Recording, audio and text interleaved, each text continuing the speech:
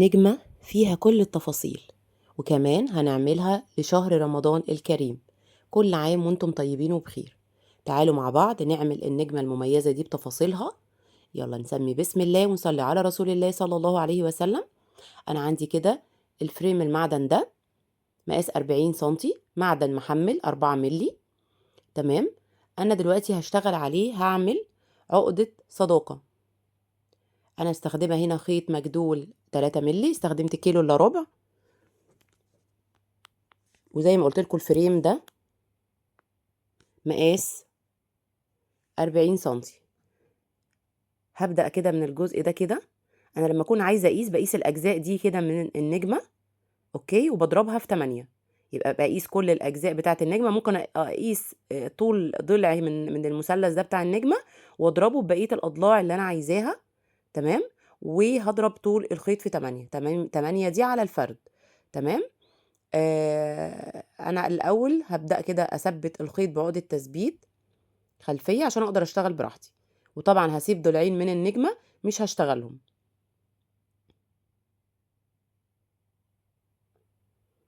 هبدأ كده بالخيط، قسمته من النص وعلقته بالشكل ده. انا كده قصة الخيط ده على 8 متر. هبدأ اجمع كده خيوطي بس عشان اعرف اشتغل. تعالوا بينا بقى اقول لكم ازاي نعمل عقدة الصداقة مع بعض. ركزوا معايا بقى. انا بعمل الخيط اللي على الشمال كأنه حرف الاس كده، بالشكل ده كده كأنه حرف الاس على الفريم المعدن من فوق. وبجيب بقى الخيط اللي ناحية اليمين، بلفه من تحت من على الفريم نفسه. تمام. وبدخله من الفتحة اللي عندي دي من تحت الفريم. لازم يعدي من تحت الفريم. وبعد كده هدخله من الجزء ده.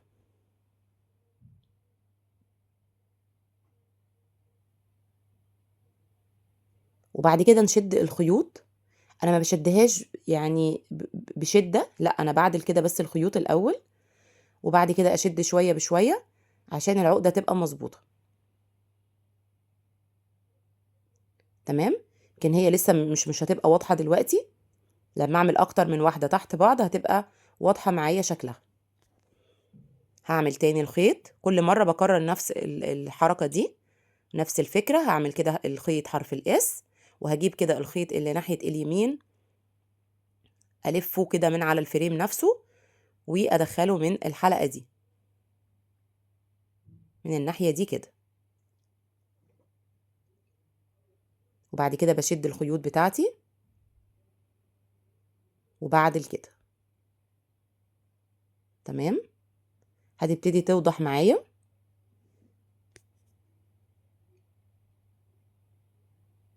كل مرة بقى بكرر نفس الفكرة.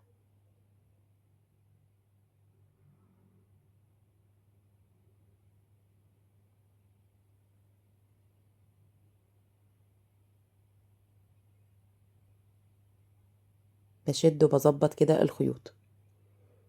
انا كده بعملها معاكم اكتر من مرة عشان تقدروا تنفذوها باذن الله. يعني حتى كمان لو مبتدئة او مش متعلمة مكرمية ومشيتي على الخطوات دي هتقدري ان شاء الله تنفذيها.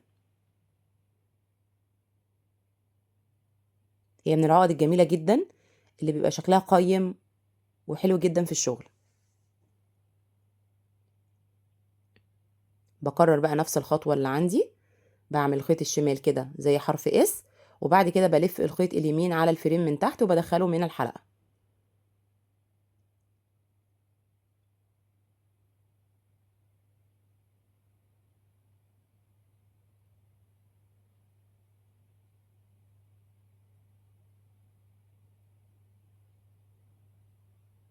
تمام. كده بقى الشكل ابتدى يبقى واضح معايا. شكلها جميل جدا.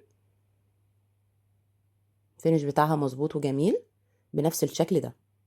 طبعا هكمل بقى باقي الفريم بنفس الطريقة، بس هسيب ضلعين كده من اللي تحت من الفريم مش هعمله عشان هنشتغل عليهم وحدة تانية.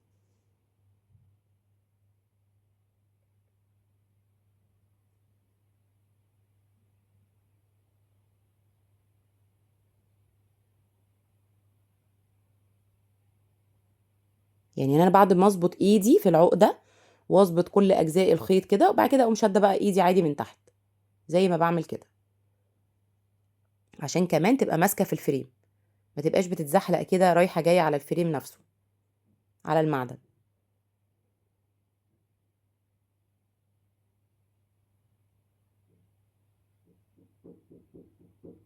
تمام كده.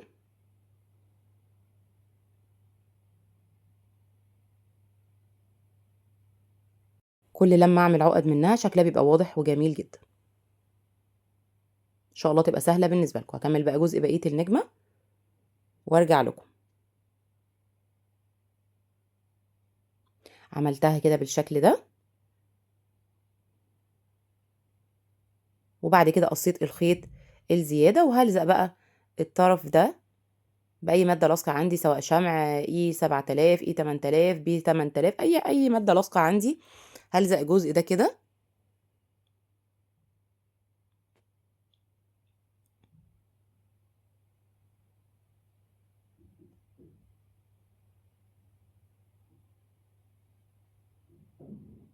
تمام.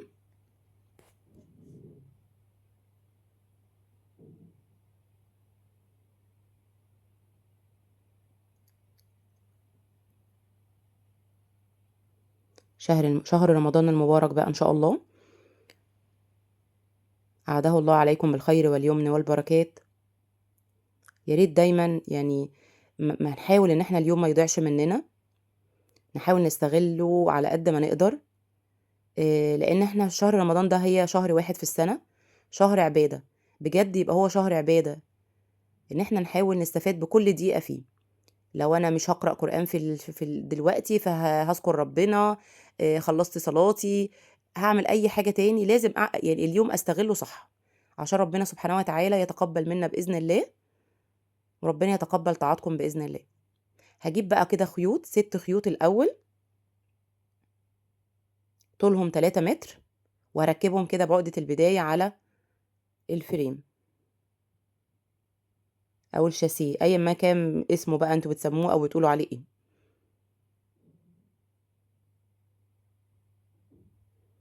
بنعلقهم كده بعقدة البداية. بس بجد نصيحة من قلبي ليكم، نحاول اليوم ما يضيعش في مشاهدة التلفزيون في الحاجات اللي بتضيّع الوقت. استغلوا وقتكم صح، عشان ما تحسوش في الآخر الشهر إيه ده، إن الشهر ضاع مننا. وكل سنة وأنتم طيبين. هنجيب بقى الخيطين المقابلين اللي في النُص، هُم 3 عُقَد يمين و3 عُقَد شمال. هاجيب بقى الاتنين اللي جنب بعض كده في النُص، من العقدة دي ومن العقدة دي، اللي هي العقدة اللي في النُص، تمام، دي أهي، وهاعملهم على بعض عقدة مزدوجة، تمام. باعِد خيوطي كده عشان تبقى الدنيا مضبوطة معايا.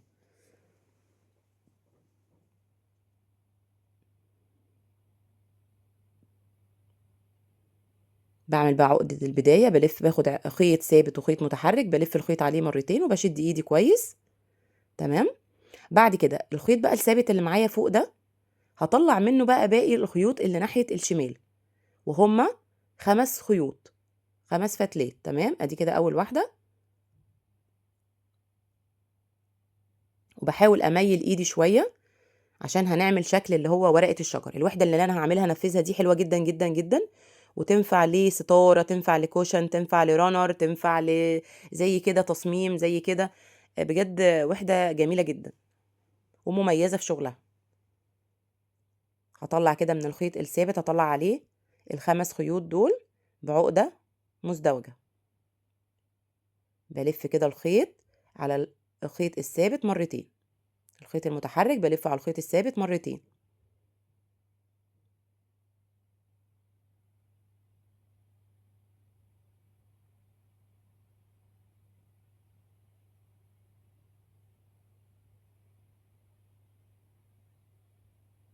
يا ريت أي فنانة بقى تنفّذ أي تصميم من على قناتي أو من منتجات رمضان، يا ريت تبعت لي صورتها على الواتساب، لإن أنا بافرح جدًا بجد لمّا حد بيستفاد من الشرح وبينفّذ. ولو محتاجين أي مساعدة برضه ابعتوا لي على الواتساب، هاسيب لكم رقم الواتساب في صندوق الوصف أسفل الفيديو. نفس اللي عملته على ناحية الشمال هاعمله على ناحية اليمين، أنا بس هاعمل الناحيتين عشان بعد كده أكمّل التصميم وأورّيكم. هاطلّع برضه من الفتلة اللي إحنا عملناها دي هاخدها خيط ثابت وهاعملها اتجاه اليمين، بس انزلها شويه كده لتحت ما تبقاش مستقيمه، وهطلع منها الخمس خيوط دول بعقده مزدوجه.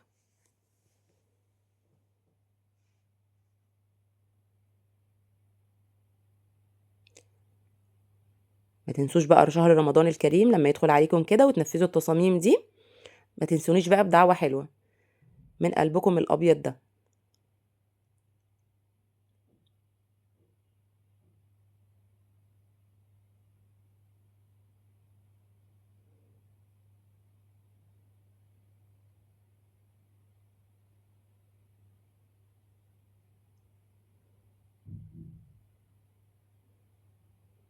كده اخر فتله معايا.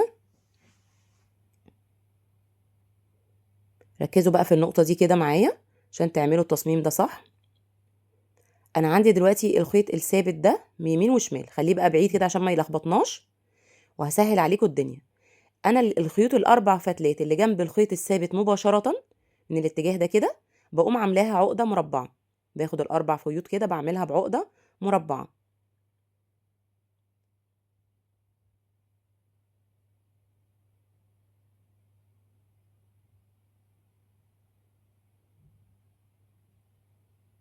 تمام كده، عقده مربعه. نفس اللي عملته هنا برضو الاربع خيوط اللي جنب الخيط الثابت اللي على ناحيه الشمال هاخدهم كده واعملهم عقده مربعه.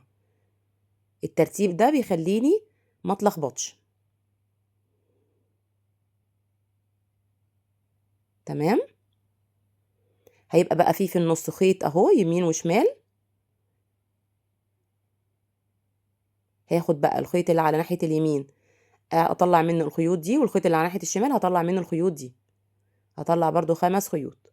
ادي كده اول واحده، برفع كده الخيوط لفوق عشان نكون شكل ورقه الشجر.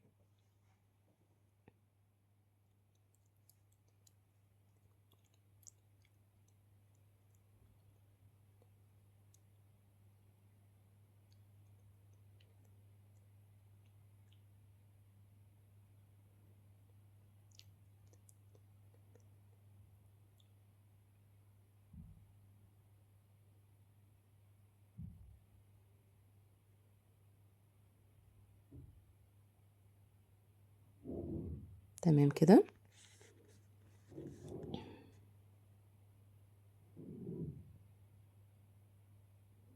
ادي الخيط الرابع.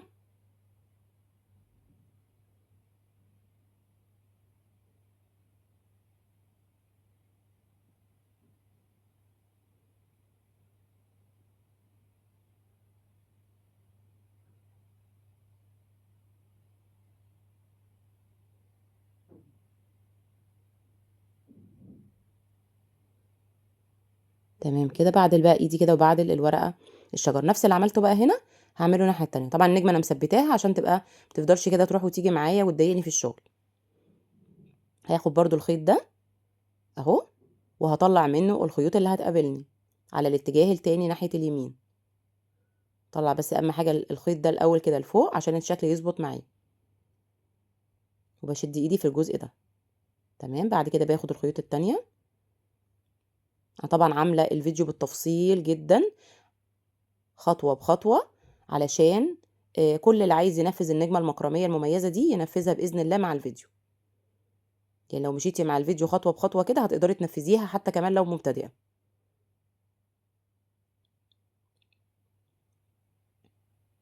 كل الخيوط كده اعملها عقده مزدوجه على الخيط الثابت ده.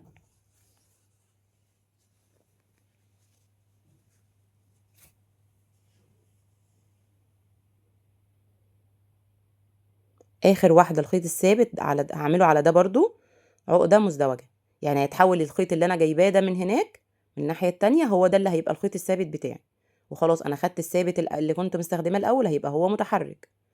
تمام كده. بعد كده هنعمل ايه؟ تعالوا بقى اقول لكم. هنعلق بقى بقيه الخيوط عشان نكمل الشكل بتاعنا. يبقى الخيوط اللي انا ركبتها 6 خيوط دول 3 متر. بعد كده هركب بقى 2 خيط كل اتجاه. تمام. هيبقى طول الخيط ده 270. تمام. 2 يمين و2 شمال. طيب هعمل ايه؟ هاخد بقى الخيط الثابت بتاعي اللي انا نهيت بيه ورقة الشجر دي، وهطلع منه الاربع خيوط دول. هحاول ان ايدي بقى في الخيط ده تبقى طالعة بقى لفوق شوية، مش لتحت زي الاول ورقة. وهطلع الاربع خيوط دول من على الخيط الثابت ده.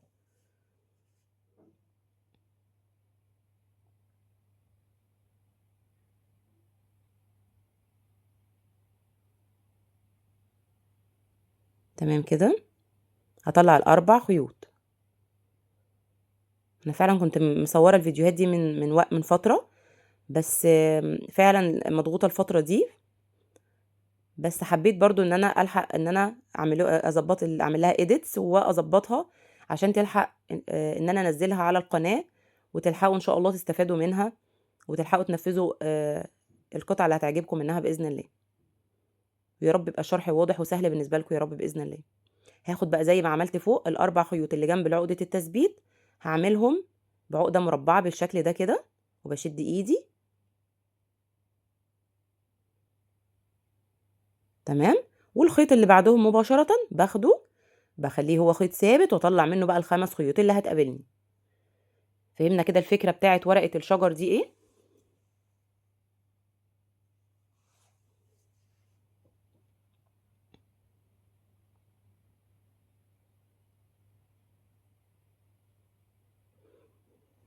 هطلع منها بقى الخمس خيوط.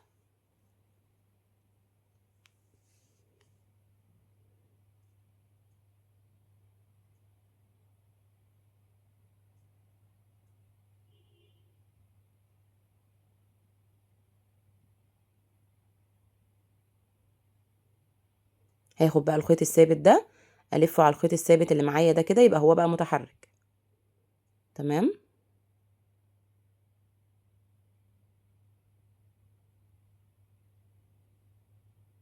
شد ايدي بقى كده واظبطها. نفس اللي عملته بقى هنا هكرره تاني على ناحية اليمين. هاخد الخيط الثابت الاخير بتاع ورقة الشجر ده كده، هيفضل ثابت معايا، وهطلع منه الاربع خيوط اللي انا لسه مركباهم بقى دلوقتي. هما 2 خيط فادوني 4 فتلات او 4 خيوط من تحت. فهشتغلهم كده واطلعهم على الخيط الثابت ده بعقدة مزدوجة.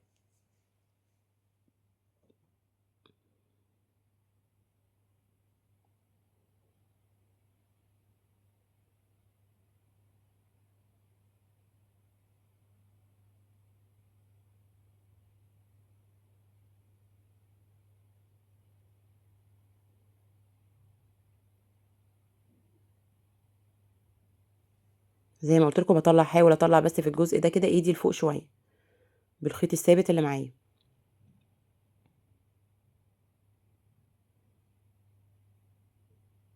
هاخد بقى الاربع خيوط اللي جنب الخيط الثابت على طول، اعملهم عقدة مربعة.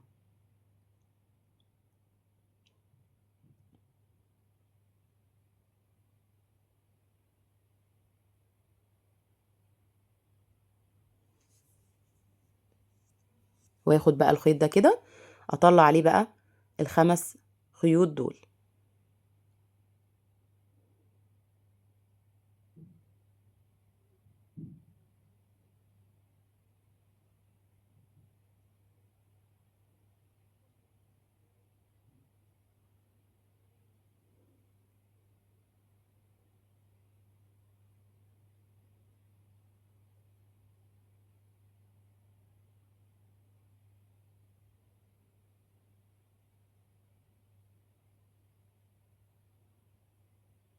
هاخد بقى برضو اخر خيط ده كده والفه على الخيط ده كده برضو بعقدة مزدوجة.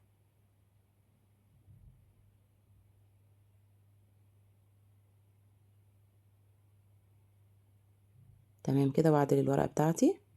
تعالوا بقى نشوف هنعمل ايه تاني. هناخد بقى الخيوط اللي في النص، هنعمل عقد مربعة، نعمل كده شكل عشان بعد كده نقفل بنفس ورق الشجر. هاخد بالظبط 2 من ناحية اليمين واتنين من ناحية الشمال، المهم الاربع خيوط اللي في النص، واعملهم بعقدة مربعة.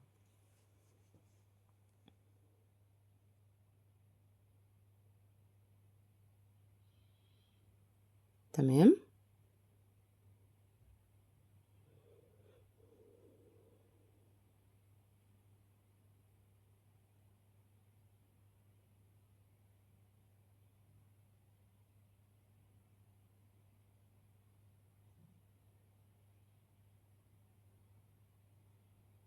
هاخد بقى 2 خيط من العقدة المربعة دي وال2 خيط اللي جنبهم واعملهم عقدة مربعة كمان.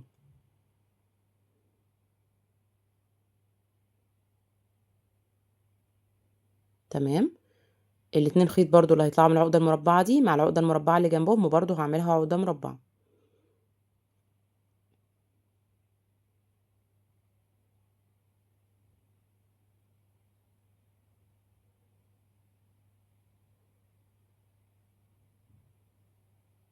ان شاء الله بظبط لكم اكتر من جدارية واكتر من تصميم بالرف ومن غير رف ان شاء الله عشان نلحق ننفذها مع بعض قبل العيد بإذن الله. نفس اللي عملته ناحية اليمين هنعمله ناحية الشمال. العقدة المربعة دي هاخد 2 خيط منها وال2 خيط اللي جنبها واعملهم عقدة مربعة. هاخد بقى ال2 خيط برضو اللي من دي وال2 خيط اللي جنبهم واعملهم برضو عقدة مربعة. يبقى كده 3 عقد مربعين تحت بعض كده. بسيب فراغ شوية كده من فوق، يعني ايه، ما بطلعش العقدة المربعة اللي هو ازنقها قوي لفوق، لا يبقى في يعني مسافة بسيطة جدا عشان الشكل بتاعنا يبقى مظبوط في النهاية. هاخد بقى الاربع خيوط اللي في النص دول هعملهم عقدة مربعة.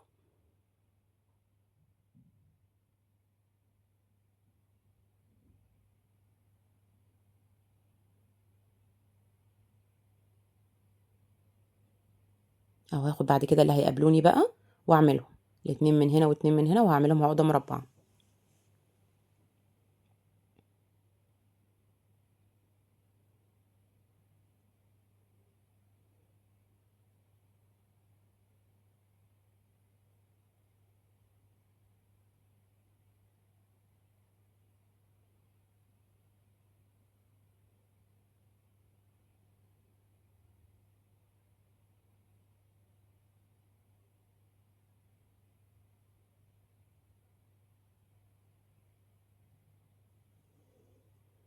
اخر في خيط، 2 خيط من هنا و2 خيط من هنا اعملهم برضو عقدة مربعة.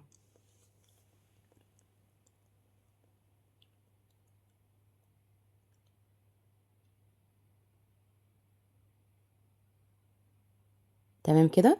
هو نفس بقى اللي انا نفذته فوق هنفذه تحت، بس انا حابة طبعا اعمله معاكم بالتفصيل عشان تبقى الدنيا سهلة علينا. هعمل ايه بقى، هجيب اخر خيط ثابت ده كده اهو، تمام، وهوديه الاتجاه بتاعه الناحية التانية كده، تمام، وهطلع منه الخيوط اللي هتقابلني دي كده برضو بعقدة مزدوجة على الخيط الثابت.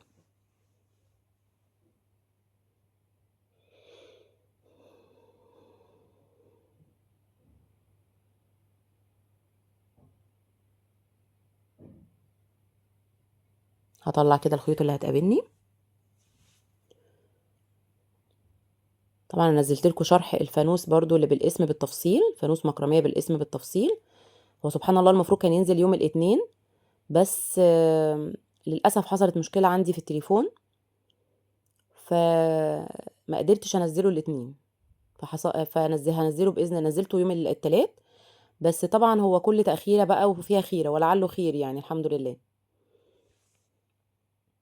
يبقى انا كده طلعت كام خيط بقى من الخيط ده كده، خلي بالنا 5 خيوط، هنعدهم هنلاقيهم 5 خيوط طلعتها من الخيط الثابت ده.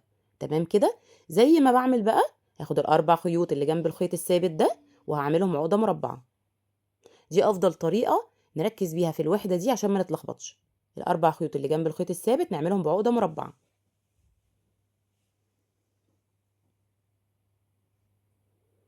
وبعد كده الخيط ده كده نقفل بقى بالخيوط، هناخد بقى ال5 خيوط دي ونعملها عقدة مزدوجة على الخيط الثابت ده.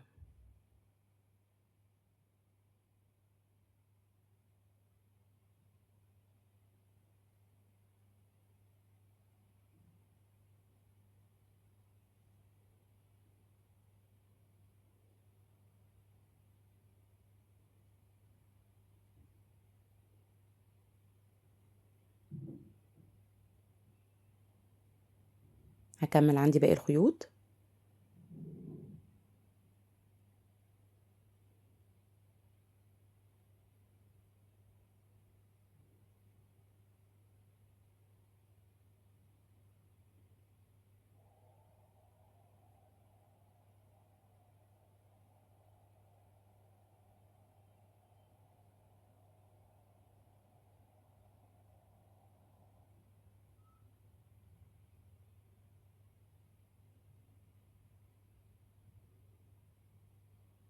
تمام كده. كده خلصت ال5 خيوط، نفس اللي عملته برضو هنا هعمله الاتجاه التاني ناحية الشمال. هاخد الخيط الثابت اللي في الاخر كده وهطلع ال5 خيوط.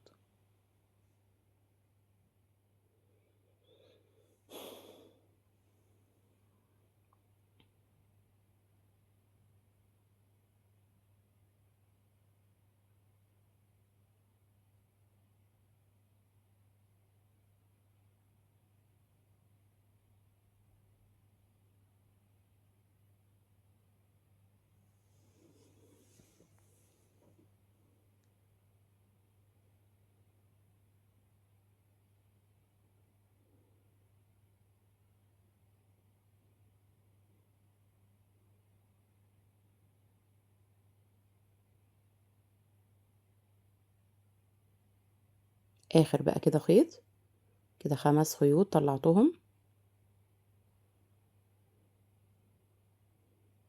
هاخد بقى ال4 خيوط اللي جنب الخيط الثابت ده كده واعملهم عقدة مربعة.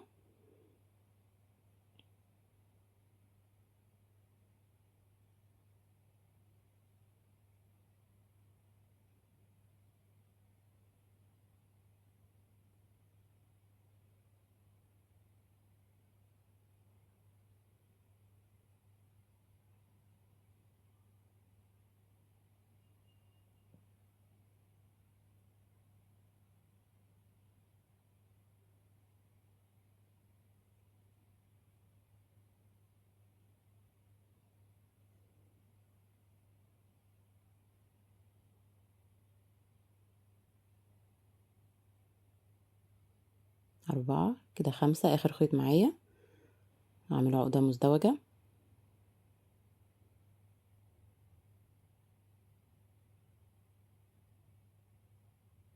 هكتب لكم الأطوال طبعا كلها تاني في صندوق الوصف أسفل الفيديو.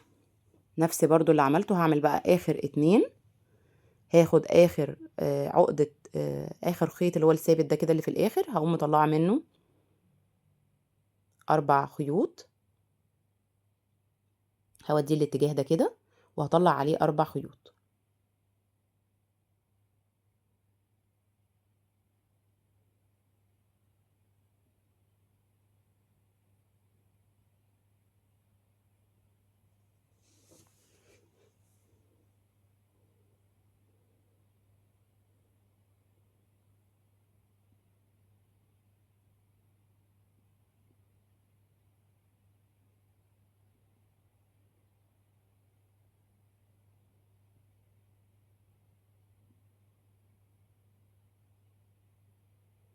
آخر واحدة.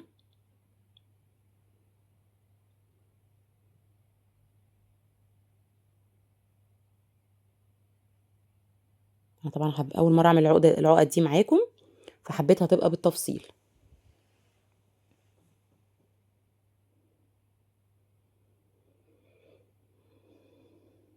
ان شاء الله بامر الله يعني اكون قدرت ان انا اوصلها بسهوله. عملت كده ال4 خيوط اللي جنب برضو الخيط الثابت عقده مربعه، وهاخد الخيط كده اللي بعدهم اطلع منه ال5 خيوط دي.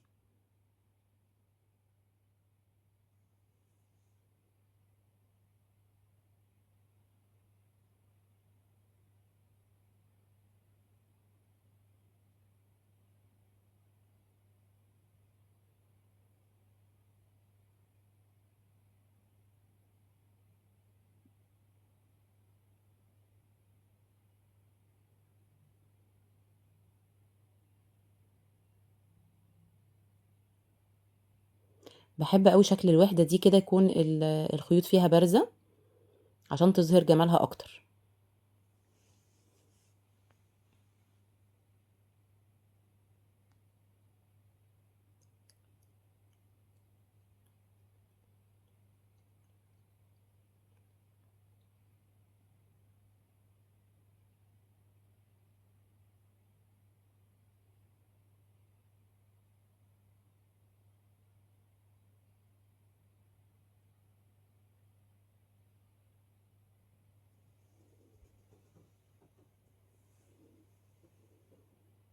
هعمل بقى نفس اللي عملته برضو هنا، هعمله في ناحيه اليمين. هاخد الخيط كده ده ثابت هوجهه كده واطلع منه ال4 خيوط دول.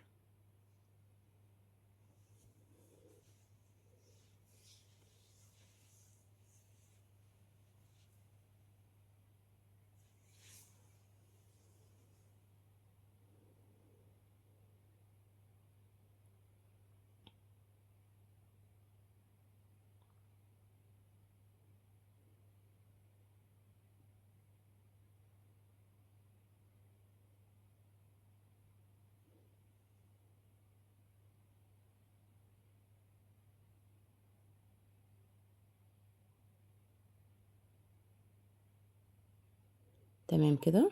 هاخد بقى ال4 خيوط دول اعملهم عقدة مربعة،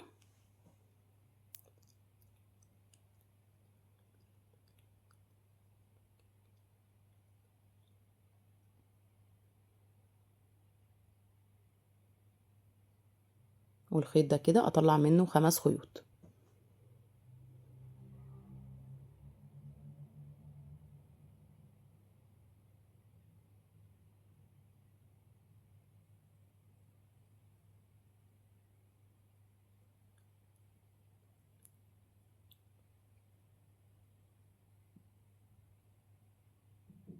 دايما طبعا وانتوا شغالين مكرمية او اي هاند ميد او في اي شغل، حتى والله في شغل البيت كمان، دايما اذكروا ربنا، دايما خلي على لسانكم ذكر الله. هتاخدوا كم حسنات رهيب وانتوا مش حاسين اصلا.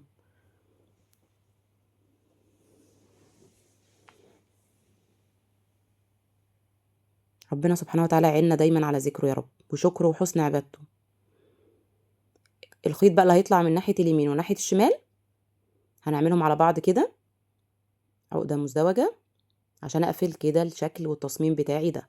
وحدة مميزة جدا جدا وجميلة جدا، تقدري تستخدميها في اي وحدة او اي مشروع للمكرمية.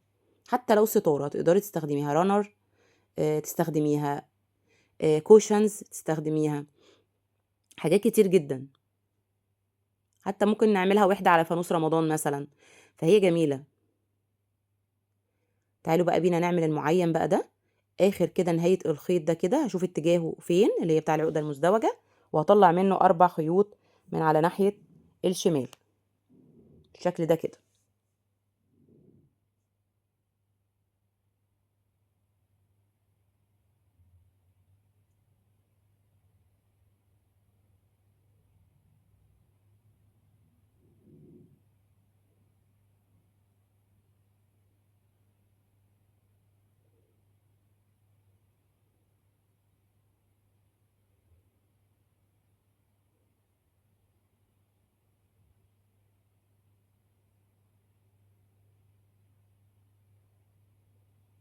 تمام.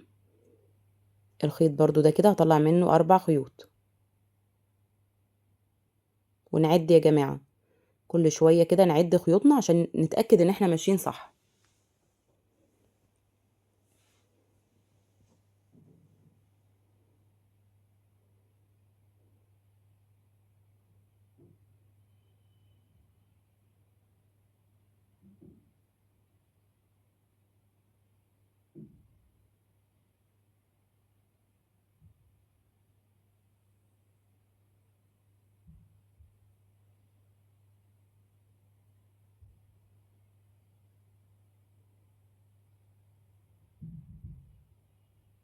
تمام كده. هاخد بقى ال4 خيوط اللي في النص هعملهم عقدة مربعة، 2 خيط من هنا و2 خيط من هنا ونعملهم عقدة مربعة.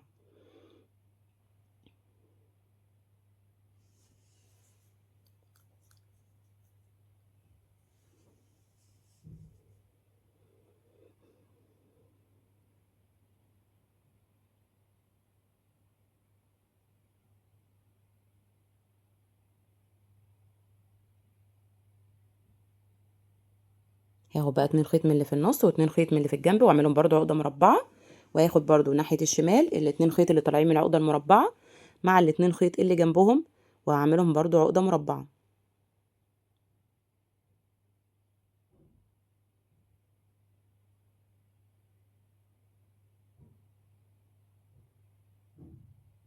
وهاخد بقى ال2 خيط دول من هنا ومن هنا وهعملهم برضو عقدة مربعة. اصبح عندي كده 4 عقد مربع. بعد كده بقى هقفل المعين، هاخد الخيط الثابت ده من هنا من ناحية اليمين والشمال، وهطلع برضو منه 4 خيوط.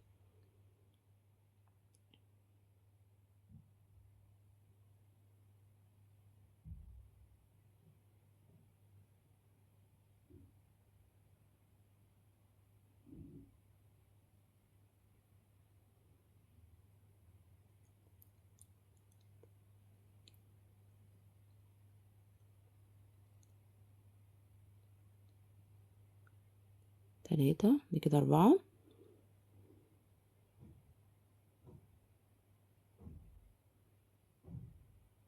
تمام، واعدل كده شغلي، وبعد كده هاخد الناحية اليمين برضو هطلع منها 4 خيوط، ال4 فتلات اللي هيقابلوني دول. تمام،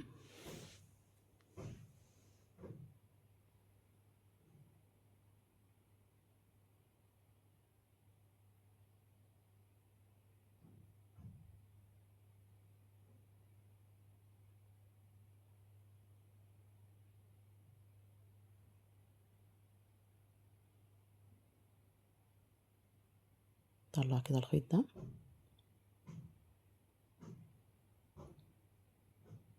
عايزة اقول لكم نصيحة، دايما تصدقوا عشان ربنا سبحانه وتعالى يكرمكم في حياتكم، في كل حاجة، سواء في الشغل او في حياتكم الشخصية، في كل حاجة. فدايما حافظوا على قدر حتى لو بسيط من الصدقة. أحب الأعمال إلى الله أدومها وإن قل. فحتى لو حاجة بسيطة جدا، ممكن كمان تصدقوا من شغلكم، فدي حاجة تبقى مميزة جدا برضو. ربنا يكرمنا جميعا يا رب. أنا كده قفلت المعين، هعمل بقى معين تاني بس أصغر، ب2 خيط يمين 2 خيط شمال.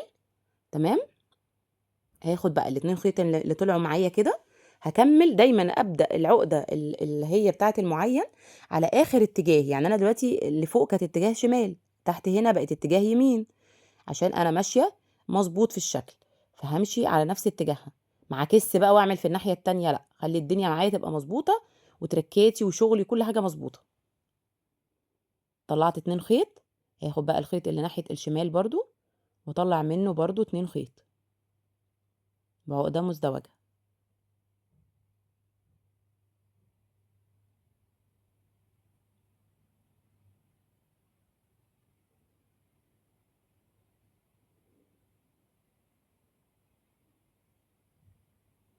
تمام، اصبح عندي كده معين صغير. هعمل برضو ال2 خيط دول هطلعهم كده. بما ان بقى الفيديو طويل ومليان نصايح، يا ريت ما تملوش مني.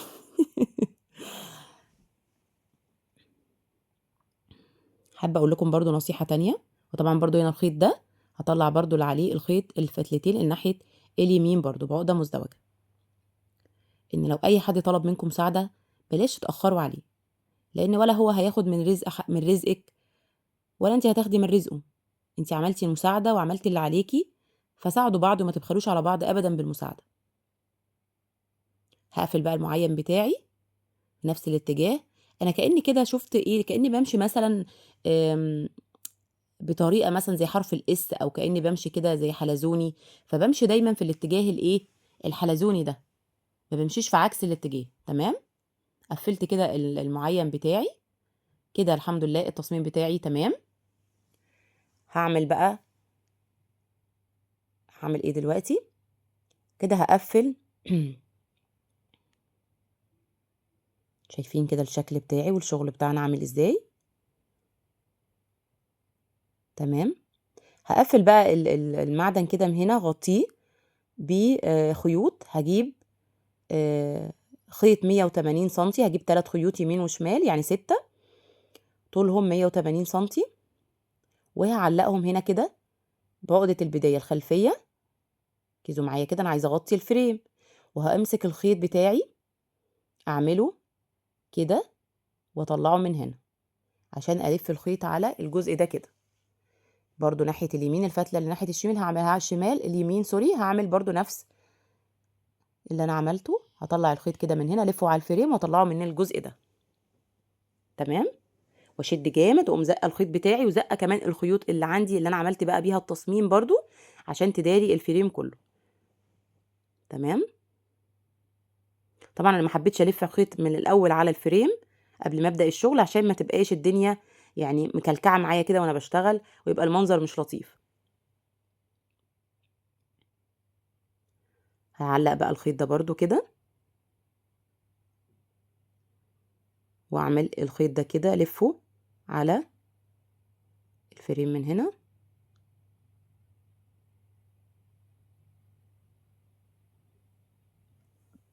وناحيه الشمال برضو وازق الخيط بتاعي. يعني هنا طبعا في النجمه هحط بس نقطه ماده لاصقه كده بس في البدايات عشان تبقى برضو ثابته. هعلق برضو الخيط ده يبقى كده 3 خيوط، ده التالت، واعمله من الطرف ده كده، انزله من تحت الفريم واطلعه من الحلقه دي كده، والفتله برضو اللي ناحيه الشمال.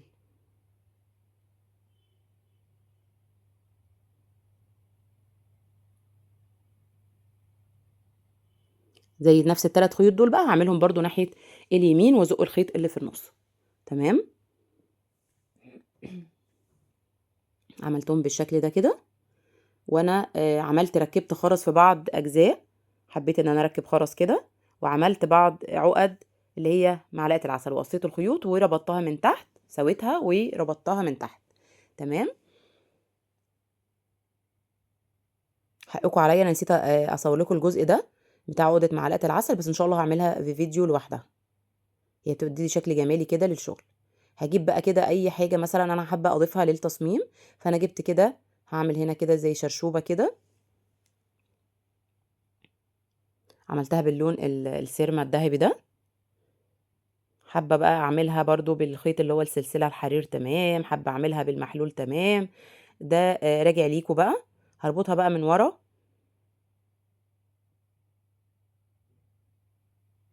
هربطها كويس.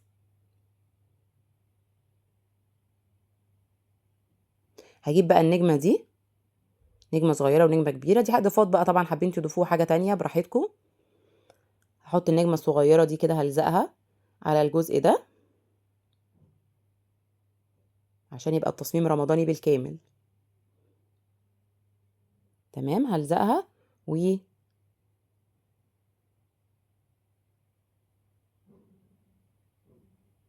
هركب برضو النجمة اللي فوق، النجمة الكبيرة هركبها بقى من فوق برضو، هحط فيها خيط سيرما وهعلقها من فوق. تمام كده.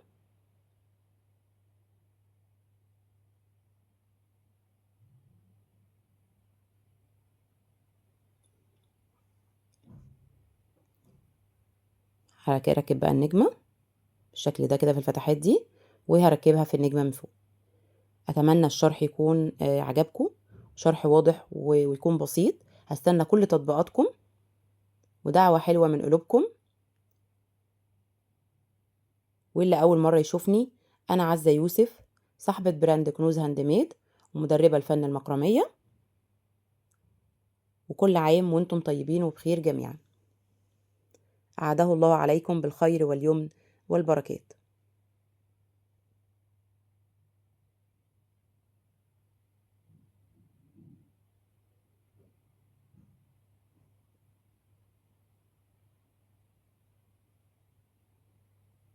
ده شكلها النهائي. يا رب تعجبكم واشوفكم على خير، وكل سنة وانتم طيبين.